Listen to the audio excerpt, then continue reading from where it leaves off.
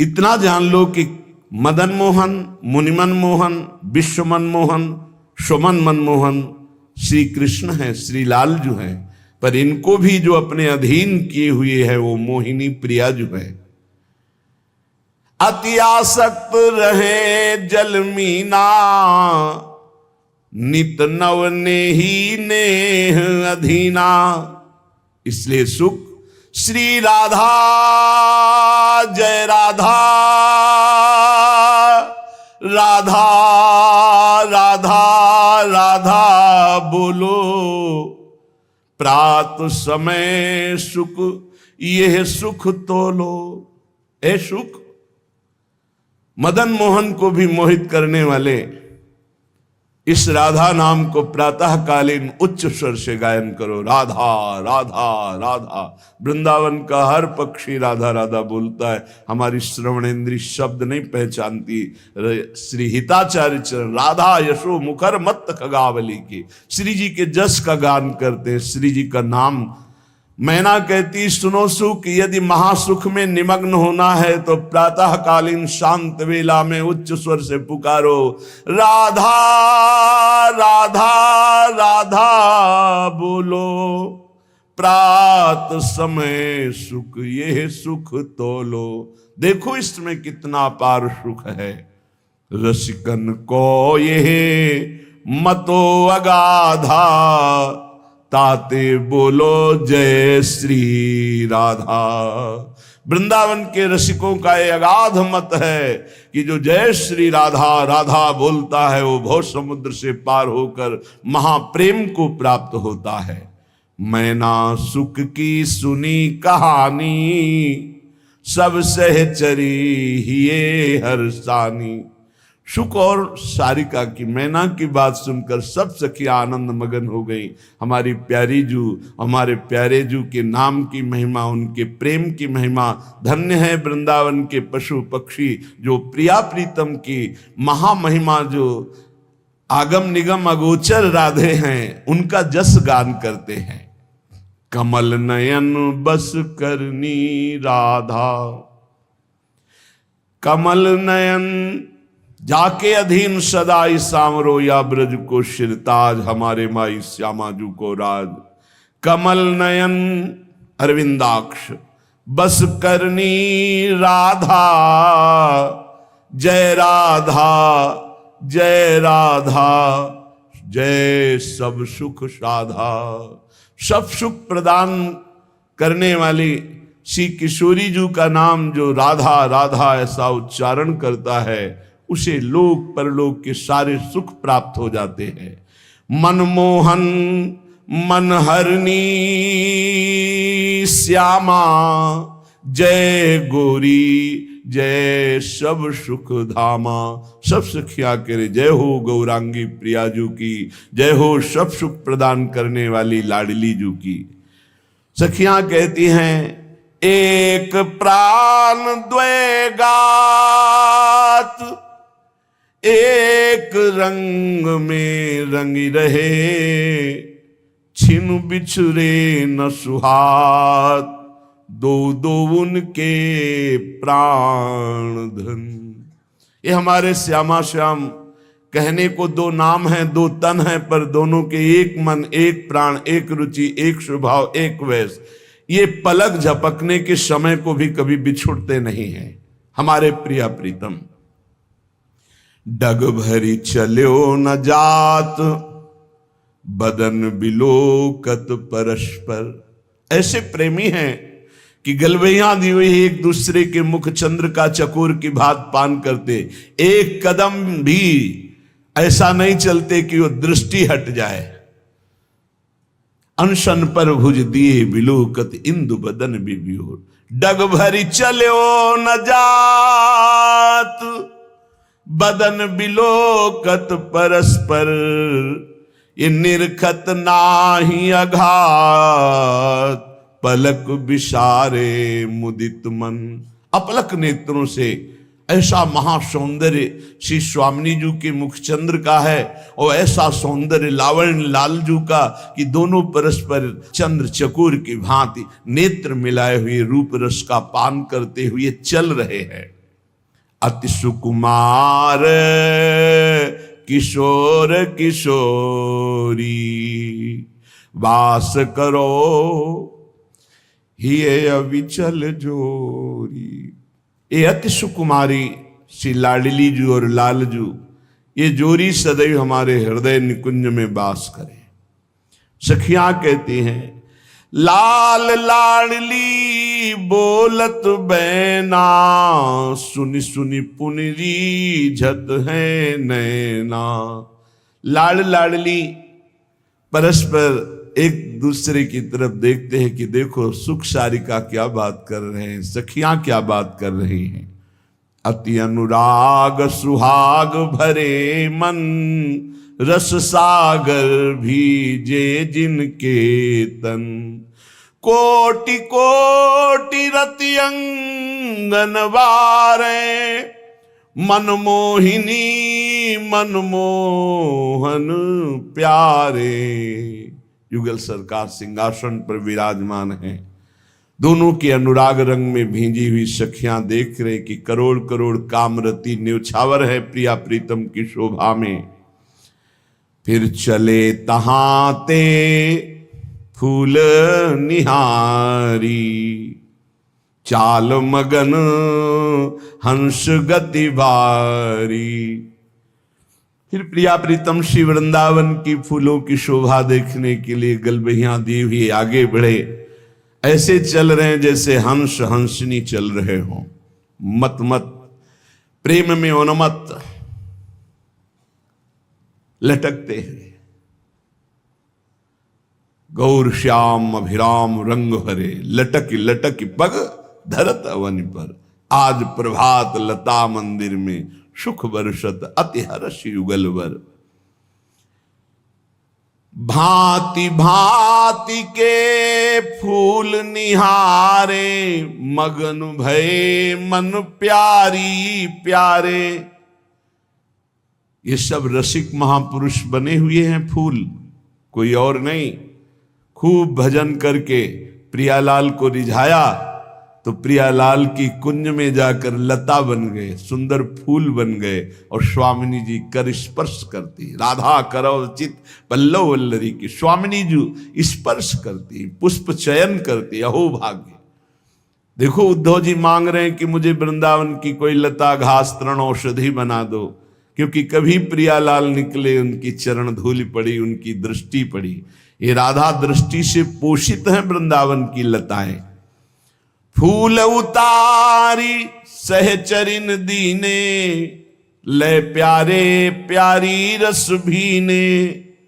फूले फूल निहार, बिहरत गल बहिया दिए।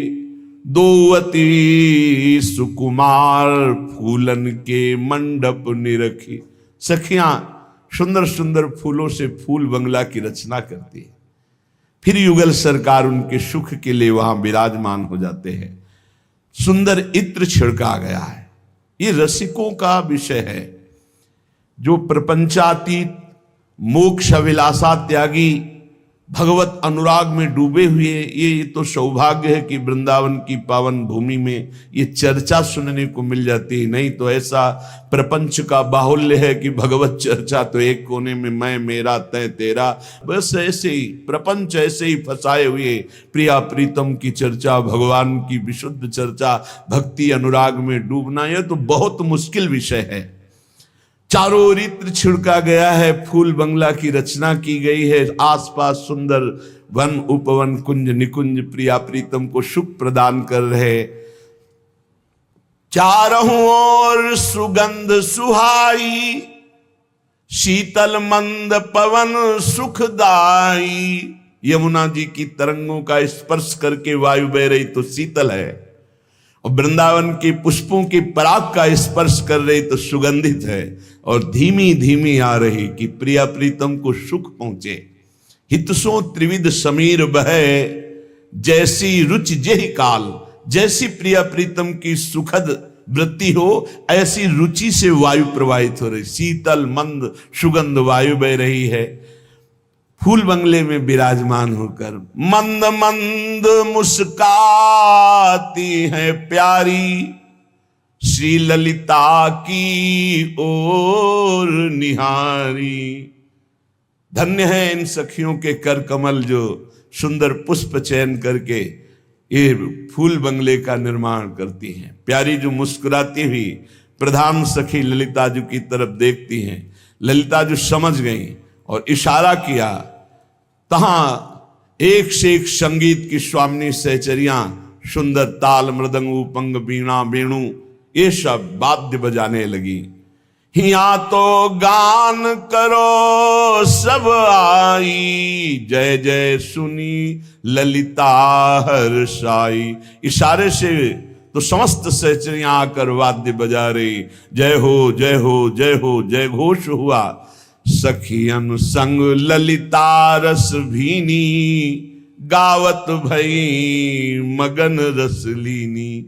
प्रातःकालीन सूरत चिन्हों का गान श्री ललिता जो कर रही और पावन संगीत बज रहा है। ये केवल अधिकार सहचरियों का है। प्यारी जो और प्यारे जो सूरत चिन्हों से चिन्हित शोभा है, ये रसिकों के चिंतन का अगाध सुख का विषय है। राग समय को लेके गायो, श्यामा श्याम प्रेम रंग छायो। जब सखियां गान करती हैं तो सब प्रेम विवश हो जाते हैं। खाग मृग पशु पंछी लता सहचरियां और प्रिया प्रीतम भी, क्योंकि एक से एक संगीत की स्वामिनी मानो मूर्तिमान राग रागिनियां ही हों। ऐसे सुंदर गान, ऐसे सुंदर वाद्य बज रहे हैं। राग समय को लेके गायो, श्यामा श्याम प्रेम रंग छायो। आनंद अरु आह्लादिनी दो, प्रेम रंग रस भीजे सो। आनंद श्री लालजू और आह्लाद श्री लाडली जू दोनों प्रेम में झूम रहे हैं और सखियां गान कर रही हैं। ये जो प्रिया प्रीतम का नित्य रस क्रीड़ा अष्टयाम सेवा, प्रिया प्रीतम की नित्य विहार रस केली है, ये हम वृंदावन वासी प्रिया प्रीतम के उपासियों को हमारी संपत्ति है। ये हमारे घर की वस्तु है। आनंद द्वार के मोहि न जानत। इसे बाहरी कोई अपने तप बल से या अपने ज्ञान बल से या अपने योग बल से इस रस को नहीं प्राप्त कर सकता। हाँ, रेमन रसकन संग बिन रंचनोपजय प्रेम। जब रसिक महापुरुषों का सानिध्य होता है तब प्रिया प्रीतम की बात, तब प्रिया प्रीतम का प्रेम रंग, तब प्रिया प्रीतम का साक्षात्कार, तब प्रिया प्रीतम की श्रीअंग सेवा का अधिकार मिलता है। श्रीपाद कह रहे हैं, इदमपि भविता किम राधिका कृष्ण नित्या, मद मदन विनोदो व्यंजि कुंजावलीषु। आह निशि निशिच वृंदा कानने संचरामि, प्रतिपदमति भावोद्भिन्न रोमाश्रुधारः। ऐसा कब होगा कि मैं अखंड वृंदावन वासी बनूं और श्यामा श्याम की प्रेम उन्मत्त करने वाली लीलाओं का गायन करूं, श्रवण करूं और रात दिन कुंज निकुंजों में सोहनी लगाऊं, अतिशय पुलकित होकर अश्रुधारा प्रवाहित करते हुए राधा राधा राधा, हा प्रियाजू हा लाडली जू ऐसा पुकारूं और वृंदावन की रज में लोटूं। ऐसा सौभाग्य मेरा कब उदय होगा? मैं प्रिया प्रीतम के धाम का अखंडवासी कहलाऊं, इस रज में रोटूं, यहां सोहनी लगाऊं, प्रिया प्रीतम के गुण गाऊं, राधा राधा राधा ऐसा लाडली जू को पुकारूं। ऐसा सौभाग्य मुझे कब होगा? धर्माधर्म विवेक शून्य मसताम, गोष्ठी सुशक्तम सदा, कामो क्रोधो मदादि भी प्रतिपदम, निष्पृश्यमाणं बलात्, नैव द्वंद्व तितिक्षमीषदपि मां, चेतक्षमा सत्कृपौ, दार्यात्वं जननीव रक्षसि तदा, नंदामि वृंदाटवी। यदि आपको वृंदावन आने को मिल गया, यदि वृंदावन में सत्संग मिल गया, तो अब साधारण धर्मों का विचार त्याग दीजिए, असाधारण प्रेम धर्म के पथिक बनिए। स्वयं भगवान गीता जी में कह रहे सर्वधर्मान परित्यज्य मामेकम शरणम ब्रज। एक परम धर्म स्वीकार करो। सावै पुंसाम परो धर्मो यतो भक्ति अधोक्षजे। ये वही परम धर्म है जिससे प्रभु के चरणारविंद की भक्ति हो जाए। इसीलिए भगवान भी कहते हैं, आज्ञा करते हैं, सर्वधर्मान परित्यज्य मामेकम शरणम ब्रज। तुम सब धर्मों की वृत्तियों का त्याग कर एकमात्र परम धर्म मेरी सुदृढ़ चरणारविंद की भक्ति को स्वीकार करो। अहम तो हम सर्व पापेभ्यो मोक्षयिष्यामि मा शुचा। मैं तुम्हें समस्त पापों से मुक्त करके परम पवित्र कर दूंगा। यहां श्रीपाद कह रहे हैं, धर्माधर्म विवेक शून्य मशताम। यदि वृंदावन आ गए हो, वृंदावन के रसिकों का संग मिल गया, तो अब छोड़ो ये छोटी मोटी बातें, आप सीधे परम धर्म की बात करो, प्रेम प्राप्ति की बात करो, प्रियालाल के मिलन की बात करो। अब हम कोई धर्माधर्म का विचार नहीं करेंगे। ये जाति पाति कुल कर्म धर्म व्रत संस्कृति हेतु अविद्या नाशी। सेवक जी महाराज कह रहे सब अविद्या है। ये जाति, ये पाति, ये कुल धर्म, ये सब अविद्या है, मायाकृत है। अगर भगवत प्राप्ति करनी है तो भगवान के वचन मान लो। सब धर्मों का एक फल है भगवत चरणारविंद की शरणागति, भगवत चरणारविंद का सतत आश्रय चिंतन। नहीं, गोस्वामी जी कह रहे सो सब धर्म करम जरि जाहु, जहां न राम पद पंकज भाव। वो सब धर्म कर्म में आग लग जाए जो भगवान से प्रेम न करा दे। इसलिए कह रहे हैं छोड़ो। भगवत चरणारविंद की वृत्ति तभी आती है जब अनन्य आश्रय होता है प्रभु के चरणार। इसीलिए कह रहे हैं, और कह रहे हैं शून्य मशताम गोष्ठीम। असत कहते हैं जो भगवत मार्ग से विमुख चल रहे हैं, पापी जन, दुष्ट जन, प्रपंची जन, इनकी बातें सुनना, इनसे बातें करना, इनसे गोष्ठी करना बंद कर दो, नहीं तो नरकगामी हो जाओगे। जो दूसरे की निंदा करते हैं, दूसरे की निंदा सुनते हैं, दूसरे की निंदा का अनुमोदन करते हैं, तीनों को बराबर दंड मिलता है। ऐसे लोगों को असत पुरुष कहते हैं, जो भगवत चर्चा न करके, भगवत गुणगान न करके, माया प्रपंच की बस निंदा स्तुति इसी में फंसे हैं। ऐसे लोगों का संग न करे। ऐसे लोगों के कान में शब्द नहीं पड़ने चाहिए, अंगुली डाल लेना चाहिए। श्रवण मूंद न तो चले पर आई, कान में अंगुली डाल के वहां से हट जाना चाहिए। शून्य मशताम गोष्ठी सुशक्तम। प्रायः ये बातें बहुत अच्छी लगती हैं। जब किसी की निंदा होती है ना, तो मलिन अंतःकरण बहुत गौर से सुनता है, और जब सत्संग होता है ना, तब प्रपंच की याद आती है, भागता है मन संसार में। और जो शतुगुणी भगवत कृपा पात्र होते हैं, जब प्रपंच होता है तब उनका मन भागता है, बिल्कुल नहीं लगता। और जब सत्संग होता है तब एकाग्रता पूर्वक पान करते हैं। इसलिए शून्य मशताम गोष्ठीषु। ये जो दुष्ट जन है, जो कुसंगी जन है, जो दूसरे की निंदा करते हैं, अरे कहाँ भगवत आनंद की रसानुभूति करने के लिए मानव देह मिला है, और कहाँ ऐसे गंदे लोगों का संग करके जो दूसरों की अवहेलना, दूसरों की निंदा, पूरा जीवन केवल इसी बात में है। सतमार्ग ग्रहण करो, सच्चाई से चलो, नाम जप करो, विश्व में अपने आप तुम्हारी कीर्ति हो जाएगी। निंदा करने से, अपमान करने से, विरोध करने से तुम्हारा पतन हो जाएगा। समय का इंतजार करो। असत मार्ग में चलते हो दंड मिलेगा, सत मार्ग में चलते हो भगवान मिलेंगे। समय का है। जब तक समय, भगवान ने पांडवों को यही कहा था कि तुम सर्वसमर्थ हो, तुम 12 वर्ष वनवास और 1 वर्ष अज्ञातवास के योग्य नहीं हो, पर मैं तुम्हें सलाह देता हूं, समय है, काट लो। अगर चुप होकर समय काट लिए तो फिर परिणाम में देखना है, सब नष्ट हो जाएंगे अपने आप। समय महाबलवान है। विदुर जी ने भी जिस समय लाक्षागृह में भेजा गया पांडवों को, तो विदुर जी ने कहा मैं जानता हूं तुम सब समर्थ हो, लेकिन मेरी सलाह है, इस समय तुम्हारे अनुकूल नहीं, गुप्त हो जाओ, कोई जान ही ना पावे कि मरे कि बचे। हम तुम्हें सुरंग के व्यवस्था किए देते हैं, उससे जंगल में निकल जाना, और जब तक समय अनुकूल ना आवे तो कोई जान न पावे कि तुम जिंदा हो। समय बड़ा बलवान है। ये असत आचरण करने वाले, पापाचरण करने वाले, ये सदैव पतन को प्राप्त होते हैं। पर इनको समय का ज्ञान नहीं है। इसलिए महापुरुष जन कहते हैं शून्य मसताम गोष्ठीषु, ये दुष्ट पुरुषों का संग त्याग दो। अरे कानों से भगवत चर्चा महामहिमा महाभागवतों की सुननी है, ये निंदा स्तुति सुननी संसार की। असताम, असत कौन है? जो भगवत वार्ता विहीन, जो भक्त महिमा विहीन केवल संसार की प्रपंच की बातें करते रहते हैं। उनको किसी से मतलब नहीं, उनको भगवान से बिल्कुल मतलब नहीं। उनको मतलब है अपनी ख्याति से, अपने भोग वासनाओं की पूर्ति से, अपनी वाहवाही से। ऐसे असत पुरुषों के संग का त्याग कर दे। और अशक्तम, कभी काम क्रोध और अहंकार की वशीभूत ना हो जाए।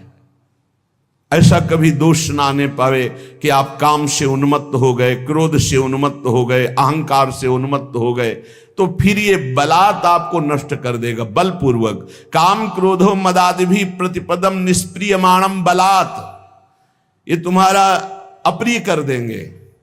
आज तक कोई कामी पुरुष, क्रोधी पुरुष, अभिमानी पुरुष कभी मंगल को प्राप्त नहीं हुआ, सदैव अमंगल हुआ है। असत पुरुषों का संग त्याग दो और काम क्रोध और अहंकार की वृत्तियों पर शासन करो।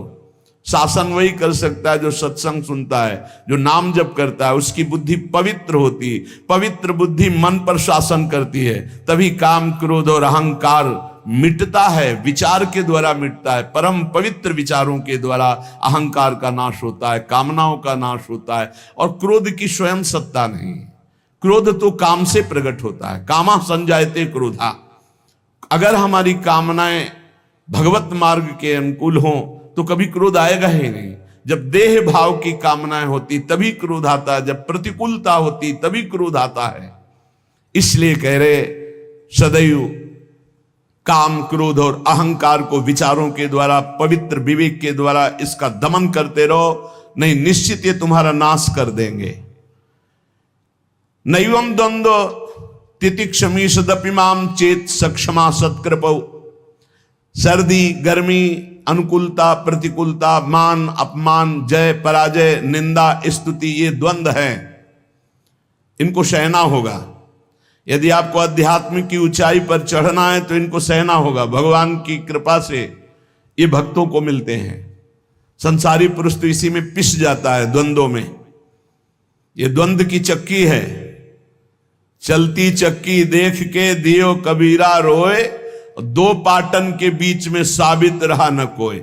ये लाभ हानि, जय पराजय, दुख सुख, मान अपमान, निंदा स्तुति, ये ऐसे माया के पाट हैं दो, इसमें सब पिसते रहते हैं। तो बोले बचा कौन? तो चलती चक्की देख के दिया कमाल ठठाए और रहा सहारे कील के, तो बाल न बाका जाए। ये द्वंदात्मक संसार चक्र जिसे चलता है वो कील है भगवान। जो भगवान की शरण में चला गया उसका बाल बांका भी ये द्वंद नहीं कर सकते। श्रीपाद करे नैव द्वंद तितिक्षमी सदम चेतक सक्षमा सत्कृपौ। ए भाई, सर्दी गर्मी, निंदा स्तुति, मान अपमान, इनको सहन कर लो। यदि इनको सहन नहीं किए तो नष्ट कर देंगे। ये तुम्हारी भावना भगवत मार्ग में नहीं चल पाएगी। इन द्वंद्वों को सहना सीखो, गर्मी को, सर्दी को, मान को, अपमान को, अनुकूलता को, प्रतिकूलता को। सत्कृपौ दार्यात्वम जननी वरक्षस्तदानंदा में वृंदाटवी। मुझे विश्वास है कि वृंदावन मां की तरह रक्षा करता है, इसलिए ना मैं काम क्रोध पर विजय प्राप्त कर पाया, ना मैं द्वंद्वों को सह पाया, ना मुझे धर्माधर्म का विचार है, और ना ही मैं असत पुरुषों की संगोष्ठी छोड़ पाया। पर फिर भी विश्वास है कि मैं सब तज करके वृंदावन आया हूं। पूर्व का जीवन ऐसा रहा तो भी वृंदावन मुझे क्षमा करके भगवत प्राप्ति करा देगा। अर्थात श्रीपाद कह रहे भाव है कि जिसके इतना भी विवेक नहीं कि धर्म क्या अधर्म क्या, जो गंदे लोगों का संग करता रहा है, जो कामी रहा है, क्रोधी रहा है, अहंकारी रहा है, जो हर द्वंद्वों में पिसता रहा है, वो भी यदि वृंदावन आ जाए, सत्संग सुने और रसिकों का संग करे तो वो भी भगवत प्राप्ति का अधिकारी हो जाएगा। पूज्य महामहिम श्री तुकाराम जी महाराज, श्री तुकाराम जी महाराज की बड़ी उच्च कोटि की स्थिति प्रभु श्री हरि में थी। अमोघ संत। श्री तुकाराम जी जिस समय भजन मार्ग में आगे बढ़े, अभ्यास चल रहा है भजन का, तो एक प्रबल इच्छा जागृत हुई, भगवान कब मिलेंगे। ये बहुत बड़ी स्थिति होती है जब किसी के हृदय में ये पीड़ा होने लगती है कि भगवान कब मिलेंगे। कोई विशाल हृदय ऐसा जिसके हृदय में एक बात आ गई, हाय मेरा आज का भी दिन गया, भगवान कब मिलेंगे। हाँ, तड़पन प्रकट हो जाना, क्या भगवान मुझ पर कृपा करेंगे। ये जितनी बातें हैं ये सच्चे भजन करने वालों के हृदय में आने लगती हैं। क्या भगवान मेरे भजन को देख रहे हैं? क्या वो मेरी ये लाज रखेंगे कि मुझ जैसे अधम को भी प्रभु मिल जाएंगे, मुझे भगवत साक्षात्कार हो जाएगा। अत्यंत अधीर हो गए, अत्यंत अधीर हो गए। क्या मेरा उद्धार हो पाएगा? क्या श्री हरि मुझ पर अनुग्रह करेंगे? क्या पांडुरंगा मुझे दर्शन देंगे? क्या पांडुरंगा ऐसे किसी महात्मा का दर्शन कराएंगे जिसको भगवत साक्षात्कार हो गया है? क्या भगवान मुझ पर संतुष्ट हैं? उनका चित्त ये बातें सोच सोच कर विकल होता कि ना भगवान का साक्षात्कार हुआ, ना ऐसे महात्मा का हमें साक्षात्कार हुआ जिनको भगवान मिल गए हैं। मेरी बुद्धि स्थिर कब होगी? मैं भगवान के रहस्य को कब जानूंगा? क्या शरीर छूटने से पहले ही पांडुरंगा का दर्शन हो जाएगा, विठ्ठल भगवान का? जब दर्शन होगा तो मैं उनके चरण पकड़ लूंगा, उनके चरणों में लौटूंगा, गदगद कंठ होकर रोने लगते। कहते ये कब होगा? ऐसा कब होगा? मेरे सामने प्रभु होंगे, मैं उनके चरणों में लौट जाऊंगा, रोऊंगा बार बार, और वो मुझे करुणा करके फिर उठाकर अपने हृदय से लगाएंगे। और तुकाराम जी रोने लगते। ये देखो भक्तों का सुख, क्या विचार चल रहे हैं, उनके विचार कहां हैं। यही भजन की उन्नति है, जब विचार हमारे ऐसे चलने लगे। क्या मैं देख पाऊंगा कि चारों तरफ से प्रभु अपनी भुजाओं से मुझे आवेष्टित करके गले से लगाए हैं? कैसा रूप होगा मेरे प्रभु का, मुझे कैसी अपार शांति मिलेगी, मुझे कैसी तृप्ति मिलेगी। बस यही धुन चलने लगी श्री तुकाराम जी के। अब वो अपने मन ही मन ये सब भाव करते। एक दिन एक भाव बड़ा दृढ़ हो गया इन भावों में से कि मुझे ऐसे संत पुरुष का दर्शन मिले जिन्होंने भगवान का साक्षात्कार किया हो, जिसने प्रपंच का पूरा बही खाता ही उड़ा दिया हो, कोई प्रपंच नहीं, एकमात्र भगवान में लीन। क्या ऐसे संत मुझे मिलेंगे? तुकाराम जी के हृदय में प्रबल लालसा। जितने पद लिखे थे, पीछे आपने सुना था कि इंद्राणी जी में बहा दिए, लेकिन एक भी शब्द गीला नहीं हुआ। जेव कते विठ्ठल भगवान अपने पास उस वाणी को उठा लिए। तुकाराम जी ने कसम खाई, जिंदगी में कभी किसी के आगे हाथ नहीं फैलाऊंगा और किसी का प्रतिग्रह नहीं स्वीकार करूंगा। अगर स्वीकार करूं तो मुझे पाप लगे। शपथ है, मैं कभी किसी का प्रतिग्रह नहीं लूंगा। और घर जाना छोड़ दिया। एकांत में बैठकर विठ्ठल विठ्ठल। कुछ लोग निंदा करने लगे, धर्म का ज्ञान नहीं है, अपने धर्म का त्याग कर विठ्ठल विठ्ठल बोलते रहते। एकांतवास और वायु वेग से समस्त ग्रंथों का अध्ययन। वायु वेग माने बहुत तीव्रता से, फंसना नहीं। हर ग्रंथ देखते सार बात क्या है, सार बात क्या है, सार बात हरि भजन है।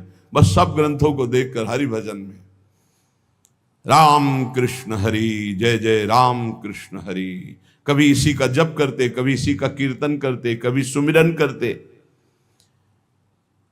हा पांडुरंगा, हा विश्वात्मा, ऐसे पुकार पड़ते तुकाराम जी।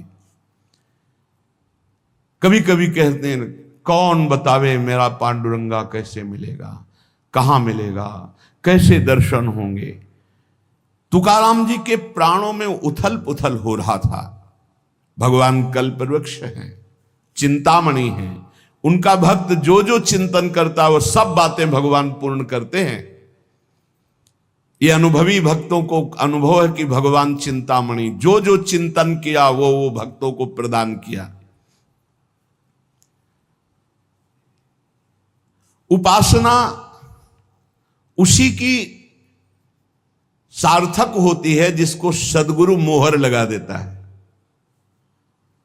तुकाराम जी को विश्वास था कि मैं जिस रास्ते पर चल रहा हूं बिल्कुल ठीक रास्ता है, जो मैं जप रहा हूं रामकृष्ण हरि ये परम महामहिम है। पर अगर यही मुझे सदगुरु मोहर लगा देते कि तुम्हारा मार्ग सही है, तुम जो जप रहे हो ये ठीक जप रहे हो, तो निश्चय मेरा चित्त आनंद से युक्त होकर इस मार्ग में दौड़ पड़ता। लेकिन बार बार मेरा चित्त लड़खड़ाता है कि मैंने गुरुदेव का वर्ण नहीं किया। जब तक गुरुदेव नहीं मिलते तब तक शांति कैसे मिल सकती है। अपना रास्ता सही है ये गुरुदेव से ही विश्वास होता है। ग्रंथ पढ़ करके जो बात समझी जाती है वो भगवत प्राप्ति गुरु के द्वारा होती है। ग्रंथ पढ़ करके ज्ञान के द्वारा माया का नाश नहीं किया जा सकता। इसलिए उपनिषद भी कहते नायमात्मा प्रवचनेन लभ्या न मेधया न बहुना श्रुतेन। जहां बुद्धि नहीं पहुंच पाती उस पद का साक्षात्कार गुरु कृपा से होता है, पढ़ने लिखने से नहीं होता। कि हम उपनिषद पढ़ लिए तो तत्व ज्ञानी हो गए, तत्व बोध प्रायसा नहीं। मोक्ष मूलम गुरु कृपा। स्वानुभव प्राप्त साक्षात्कार किए हुए महात्मा का अगर एक क्षण का समागम हो जाए तो परमार्थ की सारी विद्याएं अपने आप प्रकाशित हो जाएं। तुकाराम जी उसी समय का इंतजार करते हुए समय व्यतीत करने लगे जब मेरे सदगुरुदेव मुझे ढूंढ लेंगे या मैं सदगुरुदेव को ढूंढ लूंगा। उस समय का इंतजार कर रहे। तुकाराम जी कहते हैं कि सदगुरु कृपा के बिना कोई भी परमार्थ में आज तक सिद्ध नहीं हो पाया है। बिना गुरु चरण कृपा के, बिना रज के ये तमोगुण का नाश, अहंकार का नाश नहीं होता, निर्मल ज्ञान उदय नहीं होता। आत्मज्ञान उसी को प्राप्त होता है जो गुरु निष्ठावान होता है, जिससे जड़ चेतन ग्रंथ का भेदन होकर जीवन मुक्त महापुरुष होता है। वो केवल गुरु कृपा से ज्ञान होता है, वो पढ़ने लिखने से नहीं होता है। समग्र वेद शास्त्र पढ़ डाले, योग आदिकों का खूब अभ्यास कर ले, कभी उसको सफलता नहीं मिलेगी जब तक गुरु कृपा नहीं होगी। कमाई तो अपने ही परिश्रम से होती है पर मोहर गुरु कृपा से लगती है। भगवान के दरबार में उस तपस्या, उस स्वाध्याय, उस योग, उस ज्ञान का कोई मूल्य नहीं है जिस पर गुरु कृपा की मोहर नहीं लगी। वो सिक्का नहीं चलेगा। चाहे जितनी साधना कर लो, चाहे जितना शास्त्र स्वाध्याय ज्ञानी बन जाओ। श्री तुकाराम जी महाराज, भगवान के दरबार में उसका कोई मूल्य नहीं होता जब तक गुरु की मोहर नहीं लगती। अत्यंत सूक्ष्म और विशुद्ध बुद्धि के द्वारा जो ज्ञान प्राप्त होता है वो गुरुदेव की कृपा से, अत्यंत शुद्ध सूक्ष्म विशुद्ध बुद्धि जो होती वो गुरु कृपा से होती है।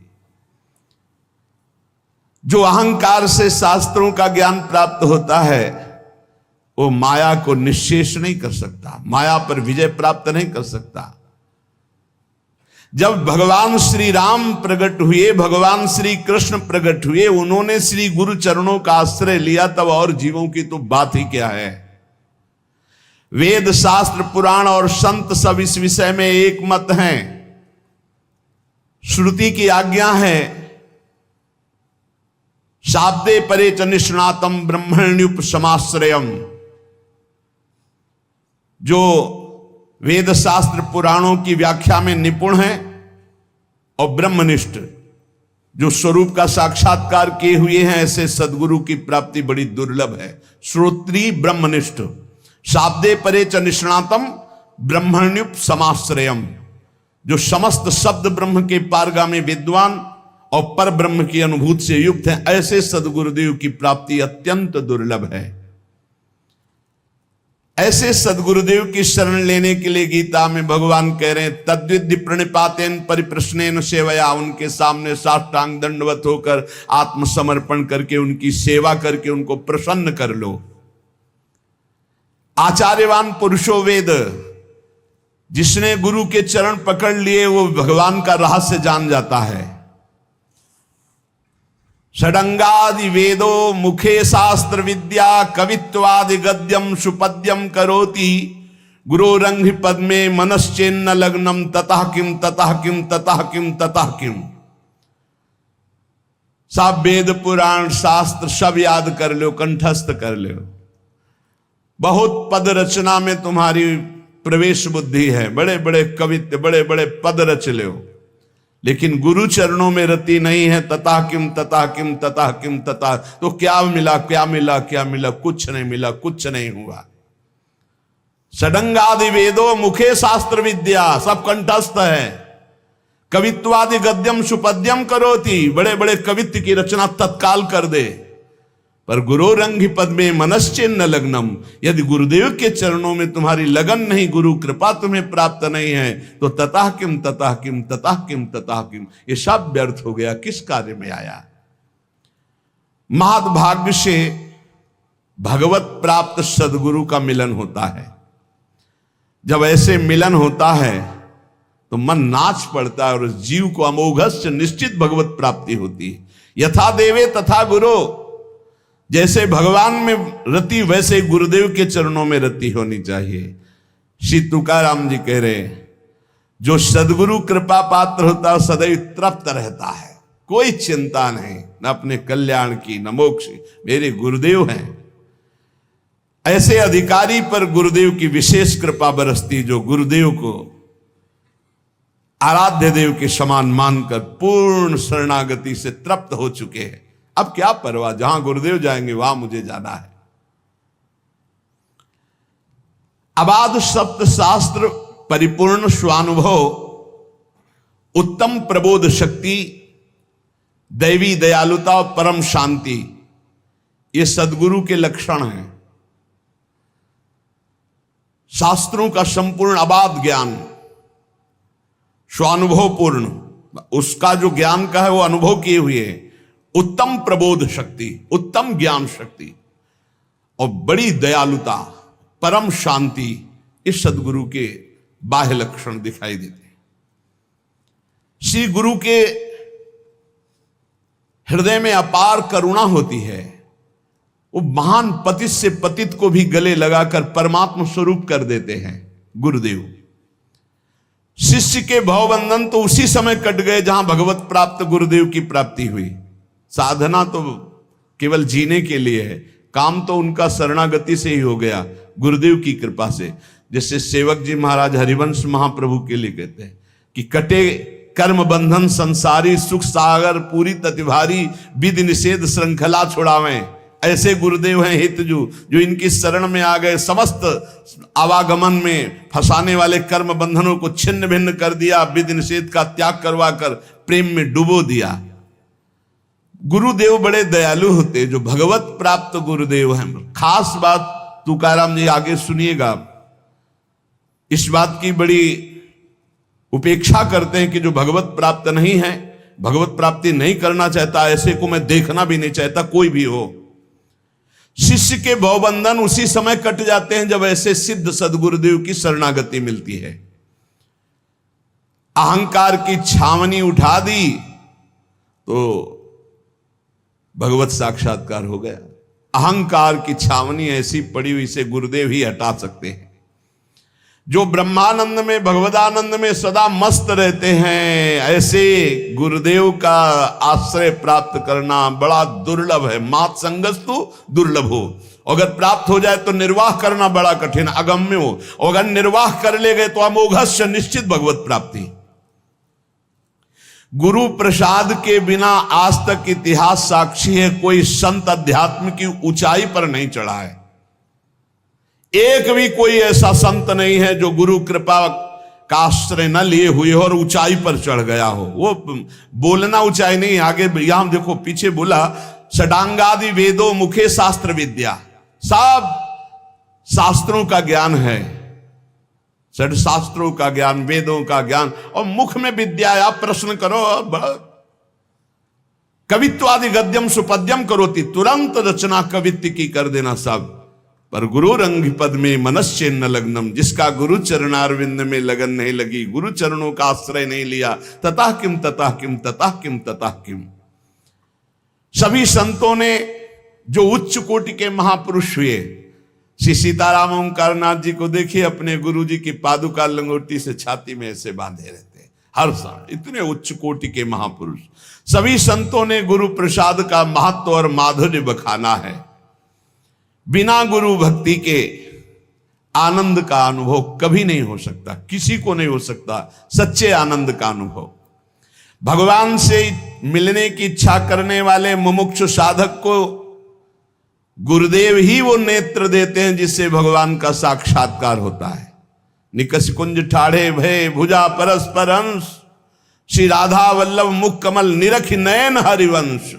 वो हरिवंश नेत्र होते हैं जिनसे प्रियालाल का वो वही देते हैं। गुरु शिष्य का संबंध बड़ा परम पावन अमृत संबंध है। ये मृत संबंध नहीं, मृत संबंध जैसे माता पिता का, भाई बहन का, दोस्त का, ये नाना प्रकार के सब मृत संबंध हैं, लेकिन गुरु का अमृत संबंध है। श्रद्धा, नम्रता, शरणागति, सेवा, आदर, इनके द्वारा शिष्य अपने गुरु के मन को अपनी तरफ खींच लेता है। श्रद्धा, नम्रता, शरणागति, सेवा, आदर, भाव, इनके द्वारा शिष्य गुरु के मन को अपनी तरफ आकर्षित करता है। और जे भी गुरु का मन आकर्षित शिष्य की तरफ हुआ कि आध्यात्मिक उन्नति उसकी प्रारंभ हो जाती है गुरु कृपा कटाक्ष से। विशेष ध्यान रखने की बात यहां तुकाराम जी कह रहे हैं कि ये गुरु शिष्य का नाता सांसारिक नाता नहीं है, ये भागवतिक संबंध है, ये प्रेम नाता है। यहां प्रचंड अध्यात्म शक्ति संपन्न महात्मा को गुरु माना गया है, प्रचंड अध्यात्म शक्ति संपन्न, स्वानुभूति ज्ञान की चरम सीमा में पहुंचा हुआ। स्वानुभूति ग्रंथों से नहीं प्राप्त होती, पृथ्वी का पर्यटन कर डालो, बहुत ध्यान से सुनना श्री तुकाराम जी की वाणी। ये स्वानुभूति ग्रंथों से नहीं प्राप्त होती। पूरी पृथ्वी की परिक्रमा कर डालो, सारी भूमि को चरणों से नाप डालो, हिमालय, काकेशय, आल्पस, इन बड़े बड़े पर्वतों को लांघ जाओ, समुद्र की गहराई ले लो, तिब्बत देश देख लो, एक एक जंगल छान डालो, स्वानुभव यथार्थ धर्म के रहस्य को छान डालो, पर बिना गुरु कृपा के त्रिकाल में तुम माया मुक्त नहीं हो सकते। ये असंभव कार्य भले संभव कर लो, लेकिन बिना गुरु कृपा के तुम माया मुक्त नहीं हो सकते।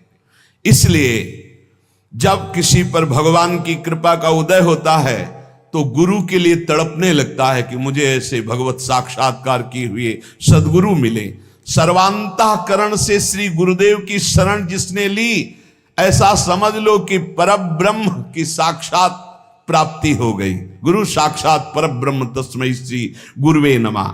बस जरूरत है ऐसे गुरुदेव के बच्चा बन जाने की। जैसे बालक अबोध होता है तो मां को चिंता होती है कि कब दूध पिलाना है, कब उसको भोजन पवाना है। बालक थोड़ा विवेकी हो गया, अब उसको चिल्लाना पड़ेगा कि मुझे भोजन दो, भूख लगी है। बोले अबोध बच्चा की तरह बन जाओ, गुरु अपने आप देने लगेंगे, अब इसको क्या देना है, अब इसको क्या देना है। बालक अनन्य भाव से जैसे मां के अधीन रहता है, ऐसे शिष्य को गुरु के अधीन रहना चाहिए। तुम धन्य हो जाओगे। तुकाराम जी कहते हैं मेरी बात मान लो। ऐसे परम प्रेम और आदर के साथ जो श्री सदगुरुदेव भगवान की शरण होता है तो सच्चिदानंद भगवान प्रसन्न होकर पराभक्ति और अध्यात्म का अलौकिक खजाना उस शिष्य के हृदय में खोल देते हैं। तुकाराम जी कह रहे हैं कि मैं ऊपर ऊपर बनावटी गुरुओं से प्रेम नहीं करता। अब जो बोल रहे हैं वो बहुत कड़ुआ औषधि है। मैं सबसे प्रार्थना करता हूं कि गुरु बनाने में जल्दीबाजी मत कीजिएगा।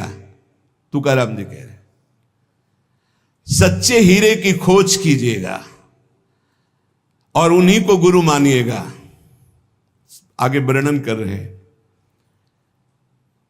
बहुतों की मैंने परीक्षा ली है, कसौटी करके देखा है, और जहां देखा कि यहां असली हीरा नहीं कांच है, तो दूर से प्रणाम करके बस भाग पड़ा। किसी की निंदा नहीं की, पर किसी के हाथ नहीं आया। बहुत बहुत ही मंगलमय उपदेश है। तुकाराम जी यहां कह रहे हैं कि गुरु बनाने में जल्दीबाजी मत कीजिए। ये भागवतिक संबंध कोई संसारिक मृत संबंध नहीं है। मैंने बहुतों को अपनी कसौटी पर कस के देखा, जब देखा कि वो कांच है, हीरा नहीं है, तो दूर से प्रणाम करके भाग पड़ा। कभी निंदा नहीं की, पर कभी हाथ नहीं आया। मैंने देखा है ब्रह्म ज्ञान की कोरी कोरी बातें करते हुए, लेकिन लक्षण एक भी ब्रह्म ज्ञानी का नहीं। मैंने देखा है हाथ पसार कर उन्हें धन के लिए याचना करते हुए, लेकिन गुरु ऐसे नहीं होते। निरे कोणा पासिम हो एक रज तरी द्यारे मज दुर्बलांशी। जिसके पास निर्मल ब्रह्म ज्ञान होता है, ब्रह्मबोध हो जाता है, उन्हें सोचति न कांक्षति, कभी वो कोई शोक नहीं, कोई चाह नहीं। मैंने हाथ पसार कर जब मांगते देखा तो भाग पड़ा। नहीं, ये वस्तु नहीं है। ज्ञान की बातें करते हैं, बाद में पैसा का नंबर देते हैं। इसका मतलब अभी ब्रह्मबोध नहीं, अभी ज्ञान नहीं है। बड़ी दीनता से मैं तुम्हें पुकार करके कह रहा हूं कि ये गुरु शिष्य का संबंध बहुत महान संबंध होता है। दिखावटी पर्वतों पे लुभायमान मत होइए, क्योंकि ऐसे दिखावटी पर्वतों की नींव नहीं होती। पाखंड और दंभ देख करके मुझे चिढ़न पैदा होती है। तुकाराम जी की वाणी है, पाखंड और दंभ को देखकर तुकाराम जी कहते हैं मुझे चिढ़ लगती है। मैं उन पाखंडी दंभी गुरुओं को कभी संत नहीं मानता और फटकार लगाता हूं, सिद्ध संत है। काम क्रोध लोभ चित्तिम वरिवरी दावती विरक्ति तुका म्याणे शब्द ज्ञाने जग नाडी एले तेणे। महाराष्ट्र भाषा में कहे, चित्त में तो काम क्रोध लोभ भरा हुआ है, भेष विरक्ति का है, और शब्द ज्ञान संसार को देकर धोखा अपना खा रहे हैं। धोखे में खुद अपने को रखे हैं। इसलिए डोई वाडवुनी केश भूते आणति अंगास तरीते नवाति संत जन तेथे नाही आत्मखुण। चाहे सिर पर जटा लगा लो, नाना प्रकार के भेष बना लो, पर अंदर से तुमने आत्मबोध नहीं प्राप्त किया, भगवान से प्रेम नहीं किया, मैं रीझने वाला नहीं। तुकाराम जी कह रहे, रिद्धि सिद्धि साधक वाचा सिद्धि होती एक, त्यांच अमहासी कंटाला पाहो माडवाती डोलाम। चाहे तुम सिद्धि प्राप्त कर लो, रिद्धि प्राप्त कर लो, वाक सिद्धि प्राप्त कर लो, जो चाहो बोलो वैसा ही हो जाए, पर तुका रीझने वाला नहीं। क्योंकि तुका देखता है कि तूने ठाकुर को पाया कि नहीं पाया, तुझे ब्रह्मबोध हुआ कि नहीं। अगर ये नहीं तो ये सब बाहरी नाटक माया का है, इससे मैं प्रभावित होने वाला नहीं। दावुनी वैराग्यांची कला भोगी विषयांचा सोहला, ज्ञान सांगतो जनाशी अनुभव नाही आपणासी। शास्त्र पढ़कर बोल दिए तुम्हें क्या अनुभव है। वैराग्य की चमक बाहर से दिखा रहे हो, अंदर से विषयों को भोगते हो, लोगों को ज्ञान सिखा रहे हो, और कुछ अनुभव तुम्हें खुद नहीं है। ऐसे से तुका प्रभावित नहीं होता। तुकाराम जी कह रहे, दाम्भिक अधिकचरे, पेट भरने वाले और जनेंद्री से ही सुख लेने वाले, ऐसों को मैं गुरु नहीं मानता। तुकाराम जी कह रहे, दाम्भिक दंभ करने वाले, अधकचरे, और इसमें जो शब्द लिखा है उस पेटू अर्थात केवल रसेंद्री को पूर्ण और जनेंद्री को सुख देने की शब्द लिखा है। हम इनको कौड़ी के बराबर भी नहीं समझते। तुकाराम जी के शब्द लिखे। तुकाराम जी कहते हैं कि सूक्ष्म दृष्टि सच्चे और झूठे का एक क्षण में निर्णय कर देती है। क्योंकि रामकृष्ण हरि में डूबे हुए जेव देखा, साधारण मनुष्य ऊपरी दिखावे को देखकर फंस जाता है, पर तुकाराम फंसने वाला नहीं। तुकाराम जी कहते हैं, न्योती ते संत करिताम कवित्व। बड़े बड़े पद रचना कर दे तो उसे संत थोड़ी कहते हैं। संतों के घर वाले नहीं होते, संतों का घर नहीं होता। केवल प्रवचन करके रुपया कमाना संत नहीं होता, केवल माला मुद्रा धारण कर लेना संत नहीं होता, केवल जंगलों में रहना संत नहीं होता, केवल कर्मठ हो जाना ही संत नहीं होता। ये बाहरी बातें हैं। संत होता है जो ब्रह्मबोध संपन्न है या भगवद आनंद में डूबा हुआ है। तुका म्याणे नाही निर्सला देह तमम वरी है अवधे सांसारिक। जब तक देह भाव नष्ट नहीं हुआ, जब तक काम क्रोध लोभ मोह मद पर विजय नहीं प्राप्त की, तब तक कोई संत नहीं हो सकता। तुकाराम जी कहे, तुकाराम जी अपने मुख से उसे संत नहीं कह सकते। जब तक उसके अंदर द्रव्य का लोभ है, स्त्री का आकर्षण है, मान बढ़ाई की इच्छा है, तो बाहरी भेष कोई भी धारण कर ले, तुकाराम जी कहते हैं वो हीरा नहीं, वो कांच है। हीरा और कांच एक जैसा दिखता है, पर घन के प्रहार से पता चलता है कि कांच चकनाचूर हो गया और हीरा ज्यों का त्यों चमकता रहा।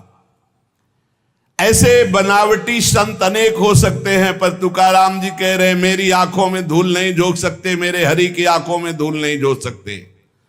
सच्चे संत बहुत दुर्लभ है मिलना। संतों को ढूंढते ढूंढते तुकाराम जी थक गए, आशा निराशा में बदल गई। उनके मुख से उद्गार निकला, भगवत साक्षात्कार किए हुए सदगुरु की खोज में मैं थक चुका हूं। मैंने देखा है, ज्ञान का अहंकार देखा है, कर्मकांड का अहंकार देखा है, वेद पुराणों के पंडित देखे हैं, लेकिन मैं जो सदगुरु चाहता हूं कि ब्रह्म साक्षात्कार भगवत प्राप्त किए हुए, मैं थक गया। हे पांडुरंगा, मुझे ऐसे सदगुरु से मिला दो। मैंने योगियों को देखा है पर शांति नहीं देखी, तपस्या को देखा पर क्रोध विजयी नहीं देखा। इसलिए विठ्ठल, मैं तो मोहताज हो गया हूं बस आपकी कृपा का। आप कोई मुझे ऐसे संत मिलाओ जो भगवत प्राप्त हो। बस तुम्हारे चरणों का ही भरोसा है कि सदगुरु के बिना परम लाभ नहीं मिलता। तो मेरे जीवन में मोहर लगे सदगुरु की, आप ही मुझे सदगुरु प्रदान करो। संत दुर्लभ है पर अलभ्य नहीं है कि है ही नहीं, ऐसा नहीं है।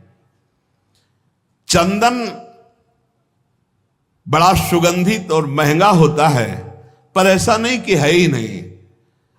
कस्तूरी खेतों में नहीं होती, पर ऐसा नहीं कि वो होती ही नहीं है, होती।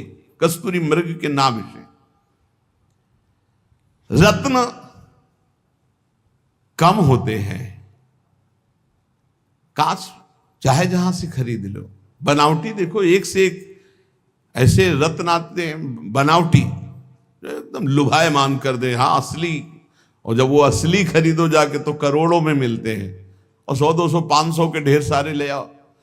ऐसे ही कह रहे हैं कि असली जो भगवत प्राप्त महात्मा हो, तो जब द्रवहि दीन दयालु राग हो तो साधु संगति पाइए। जब भगवान कृपा करते हैं तब ऐसा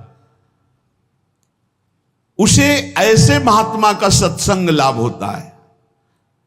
सच्चे महात्मा के सत्संग का परिणाम क्या है? अमोघस्य, निश्चित परिवर्तन हो जाएगा, निश्चित जीवन में सुधार हो जाएगा, निश्चित आप भगवान के मार्ग में चल पड़ेंगे। पहचान है उनके संग की।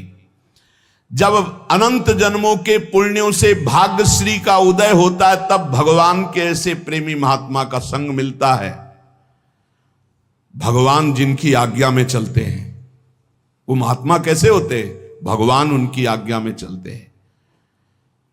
स्वयं भगवान चले आएंगे और आपको साक्षात्कार कृतार्थ कर जाएंगे यदि ऐसे सदगुरु मिल गए। गुरु ढूंढने से नहीं मिलते, अंदर से व्याकुल होकर मांग करो, भगवान पहुंचा देंगे गुरुदेव को आपके पास या आपको गुरुदेव के पास। जैसे फल परिपक्व हो जाए तो तोता के चोंच मार जाता है, ऐसे व्याकुलता तुम्हारी परिपक्व हो जाए तो गुरु मिल जाएंगे। दयाकुल गुरु दौड़कर तुम्हें स्वीकार कर लेंगे और तुम्हें भी ऐसा लगेगा कि देखा पहली बार है, लेकिन ऐसा लगता है मेरा परिचय इनसे बहुत समय से है, ये अपने हैं, ऐसा लगने लगेगा। सब संत सदगुरुदेव के समान मानकर हम प्रणाम करते हैं, पर स्वानुभूत भगवत पद प्रदान करने वाले सदगुरुदेव तो ऐसे ही जैसे सब माताएं जननी सम माता के समान है। हमारे काम क्रोध लोभ मल भरे थे, उनको धो के बहा दिया, जिससे लोग घृणा करते थे, और अमृत पान करा दिया ज्ञान का, भक्ति का, प्रेम का। तो सदगुरु के समान तो सिर्फ सदगुरु हैं, माना सबे संत गुरुदेव हैं। जैसे सब माताएं माताएं हैं, लेकिन माता की जैसा कोई नहीं।